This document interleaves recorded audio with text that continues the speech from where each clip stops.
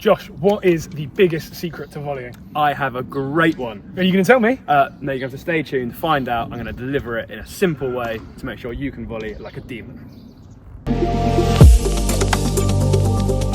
Today, me and Ben are going to be taking you through the #1 secret to efficient volleying. Ben is going to be my partner, he's going to be at the back of the court, I'm going to be at the net showing you how to do it, and this is going to unlock your net game. If it's a secret, should we share? Ooh. Well, we like our friends. Oh, we do? Okay. On YouTube, so we will be sharing this #1 secret. It is probably the thing that separates good and great volleyers. You, right? Well, thank you very much, yes, sure. Our double specialist. Oh, well, thanks, oh, very nice. So, at this point, we are just a little interlude to talk about stages of learning. So, stages of learning is something that we use at PH Tennis, and essentially we are just describing the environment that you are learning in. So any shot, any skill, any new thing that you are learning has to be integrated through a series of, we call it chaos. It has to go through the levels of chaos. So you start by learning something, then you practice it, then you train it, then you test it, and then when it's ready, you go and compete with it. So the drill Josh is going to show you is going to fit the... It's going to start with practice, and it's going to merge, and it's going to move into train. Yes, so this, the concept of stages of learning explains exactly why you always play better when you're training than you do in a match. But if you can integrate properly, that stops being true, and you can start playing great all the time. Yeah, so you'll never have that issue again where you go, I could do it in that, I did it in a lesson, then I went and played a match and couldn't do it. No more, because you'll slowly learn how to integrate that skill properly. Okay, so that was a nice example of the second move, and that is what we're going to be talking about, having to move twice.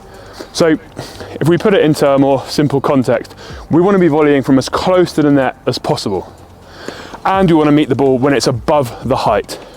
The hardest volleys, when the ball drops down below and we have to use a catch, a cushion, and just get it back up and down.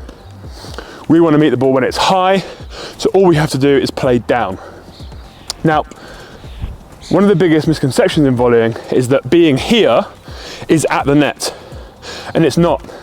That extra step forwards, that extra bit closer is the important bit. It opens up so much more court for your actual shot.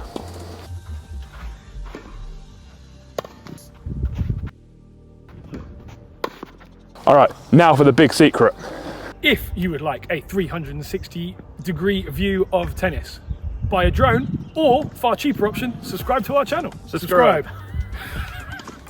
So this exercise is great for improving your volleying, and it's set up like this. I am the volleyer, and I have the balls with me, so I feed. And this is to practice my moving forward. So Ben, my partner's at the baseline, I'm gonna feed and come forwards, set, and volley. Now, we're going to be using this in half a court to start with, because we're trying to make it harder for the passing player at the back. So Ben's got a very simple rule. He's not allowed to lob on the first ball. All right, the tram lines are in, because we're only using half a court. So I feed, come forwards, play. So as you can see, the skill and the challenge that I have, is the second move. So I don't just charge straight to the net. If I volley and keep running and keep running and keep running and keep running, A, I'm gonna run to the net, and B, I've got no time to react to Ben's ball. So I have to set myself on the way. But the problem with this, and this is what so many club players do, is they come up the court, they set themselves, and then they stop. And they stay and they play from here. So the importance of this drill and this whole idea is the second move. So you move up to here, you set yourself as they're playing, and then you move up the court again into that final volley, meeting it above the height of the net with your block or your punch. Feed, set, move again into that volley. So it's that movement up right to the net to ensure it doesn't drop below, so I can use that block, use that punch, and dominate my opponent. So there you've seen our volley game and our drill to train that second movement, getting close to the net so you can dominate and use the volley that you like. Yes, so you will have noticed when we first started, Josh was at the net. I was teeing him up with some fairly easy volleys. That would be practicing. He's not learning how to volley. Josh already knows how to volley, so we've ticked the big learn box. We move on to practice, very quick practice, and then we go on to train. Now, training means we've got a little bit more chaos. So maybe we've got some variation in the height of the ball, the speed of the ball. We're not repeating the same thing over and over. And then finally we got competitive, and that is testing. We are testing Josh's volley skills in a competitive scenario. That is the chaos model. You cannot go from learning straight into a match without going through these stages in between. Absolutely. So it obviously got harder and harder as Ben was going for more and more. Obviously you have that rule where you can't lob on the first ball, which means you get a chance to volley, and you know it's and you've also got half a court. So the advantage is certainly in the volleyer's court, but we're trying to develop and train and test the volley. So kind of obvious. Thank you very much for watching. If you haven't already, please subscribe to our channel. Really appreciate the support. And for those who don't know, as well as these coaching tips, we also have a racket shop. So we do loads of comparison videos, reviews of equipment, of string, of footwear.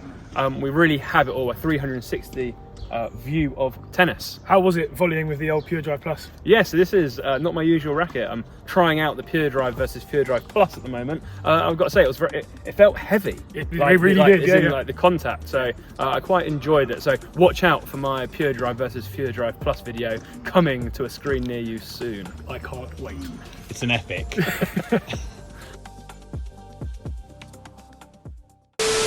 Are you going to give me a fast or a slow? Are you going to give me a fast or a slow?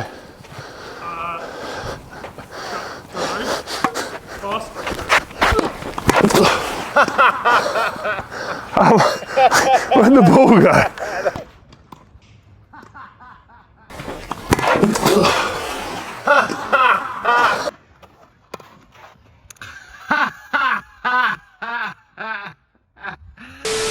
That's right, for racket reviews, coaching tips, we have it all.